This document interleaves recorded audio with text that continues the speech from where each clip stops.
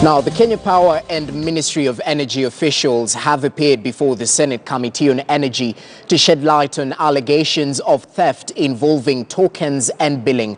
The Cabinet Secretary for Energy, Charles Katera, did not show up. Kenya Power insists variation of charges might be due to pending obligations such as connectivity loans. Let's cross over and listen in. We have talked about 35 million that was irregularly generated for the tokens.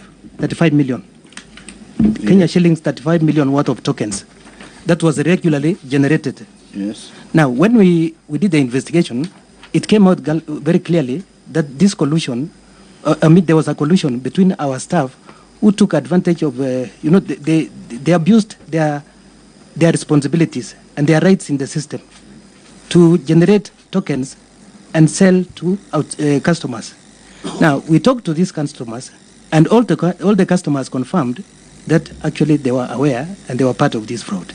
And that is why we requested that this amount is recovered from the customers, because they were part of it. Thank you. And you have those customers? Yes, I have the list. We have the list. We even have statements from the customers themselves. And if I may ask, the total how much? Are they the mama bogas we are talking about, or they are the guys in Italian suits in town? Actually, most of them are ordinary Kenyans. Chair. Most of them are Italian ordinary Kenyans. Chair. About 2,000, 3,000, that kind of. Chair, I want us, now that they have opened that door, I want us to listen to this. How are these customers benefiting from the fraud? Who was being defrauded? I'm a customer, I pay you 3,000. How do I benefit from that fraud? I know you lose money as KPLC, but me as a customer, how do I benefit? Okay, the way the customers were benefiting is that when the tokens were generated and when they were sent to them, the amount of tokens that they would have ordinarily gotten were higher than what they should have gotten. Like, for example, if KPLC was giving out a token worth 3,200, the customer would get the same for 1,000 shillings instead of 3,200. So actually, the customers were reducing their cost of buying the tokens.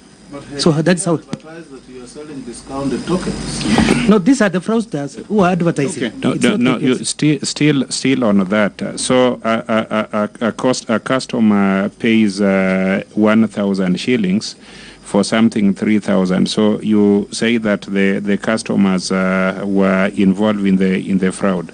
Yes. How did they pocket the money? You see, a token that would ordinarily cost 3,200, they were getting at 1,000 shillings. How would a customer know if you meet somebody there telling you this is 1,000, it works, and you pay? How would I be involved? I want power. I pay for that, and you give me. How would it be my fault? How would it be? Because we are still looking at these customers. You are monopolists. Now you go and tell them we'll disconnect you because, Chair, this organization twists people. I have people in Mombasa who are given a bill of 400,000 shillings. They have been paying 54. You pay upfront first, or we disconnect you. So using the power of monopoly, they cause you to admit that you are at fault. To admit that you are, because you will have no other person to give you power. So you are a customer, you have been told to pay 1,000. You pay faithfully for their own internal fault. They have fraudsters in there. And once you pay, you are now being penalized to pay what that fraudster has pocketed. The person who pocketed the balance is their staff.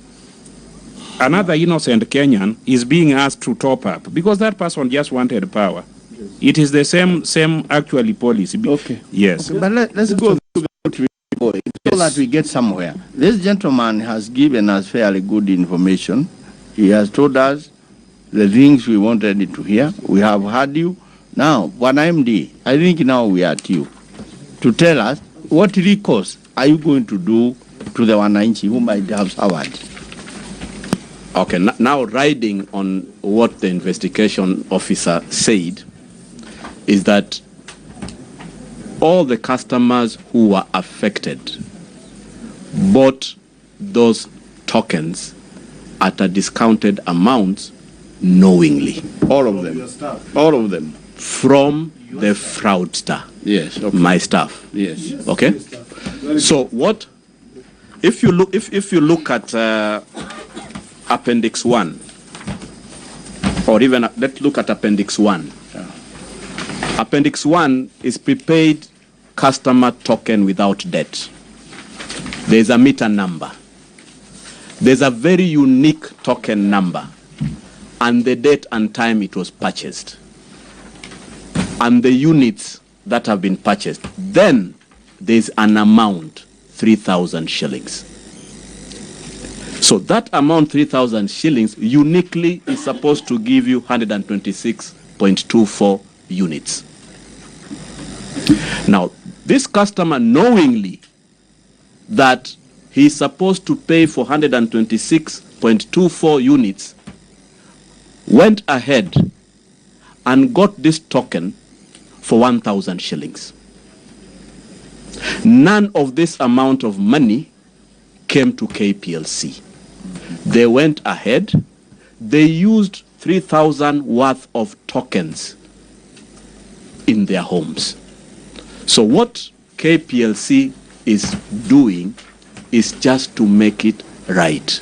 We went to them and we told them the records that we have, and this is what I'm talking about in page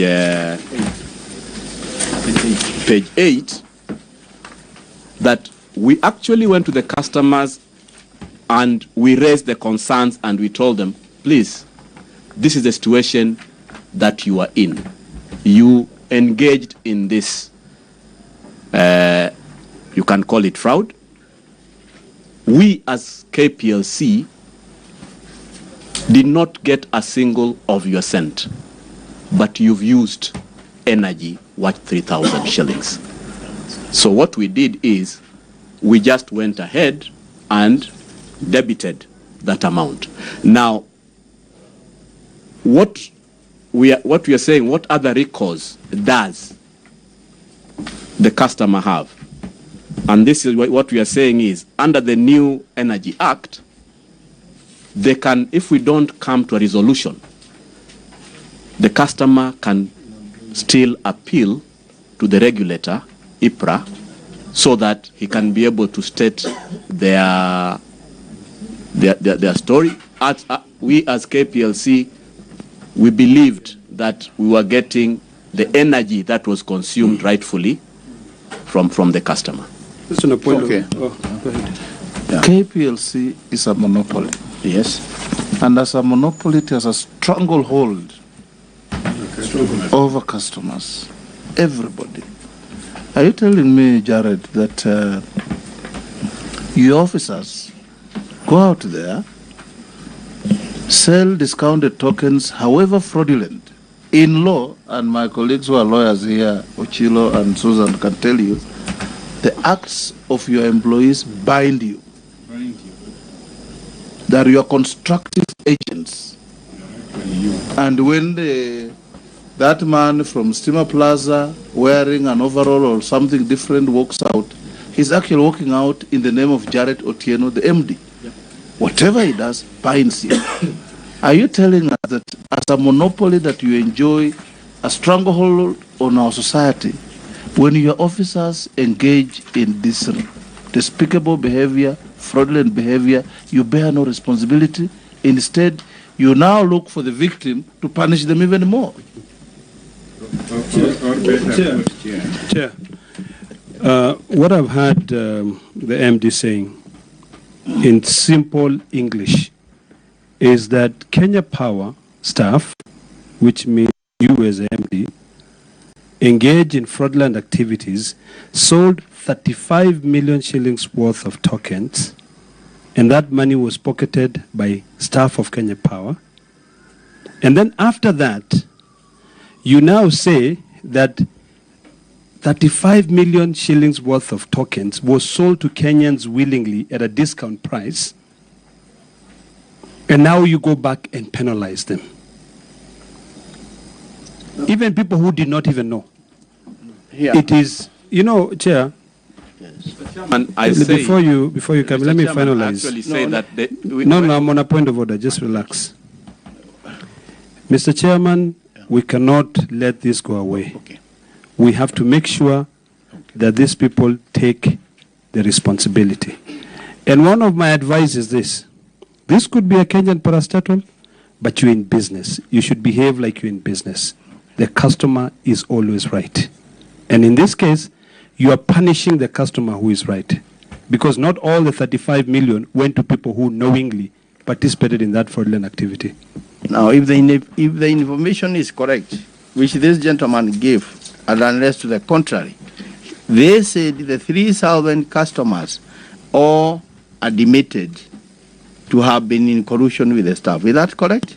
that is correct, And that's what you say? And we have statements. In that case, unless to the contrary, and just to shed light. No, I want. These are not mama mbogas. Just hold on. In that case, if the customers are admitted and they were really in collusion with the Kenya Power, those customers, those 3,000 customers, then they were also responsible for whatever was happening. Chair, there is a the other customers. Let's not mix the two. Yeah. That is not the correct position in the law. Yeah. If you had what Senior Counsel Wetangula is saying, and some of us with legal background will tell you, when KPLC comes to you and they are telling you they'll disconnect you, it's not an ordinary person coming to you. They have a gun over your head. You are just somebody who pays for 2,000. They tell you they'll disconnect you. They tell you that that you consumed something by colluding with their staff, so you pay them. The person who stole their money is their staff. Yes. Remember, the money was stolen by their staff. Customer told you did not steal the money. All right, live pictures right there as the Senate Energy Committee continues grilling the energy officials, representatives of the Ministry of Energy, as well as KPLC, touching on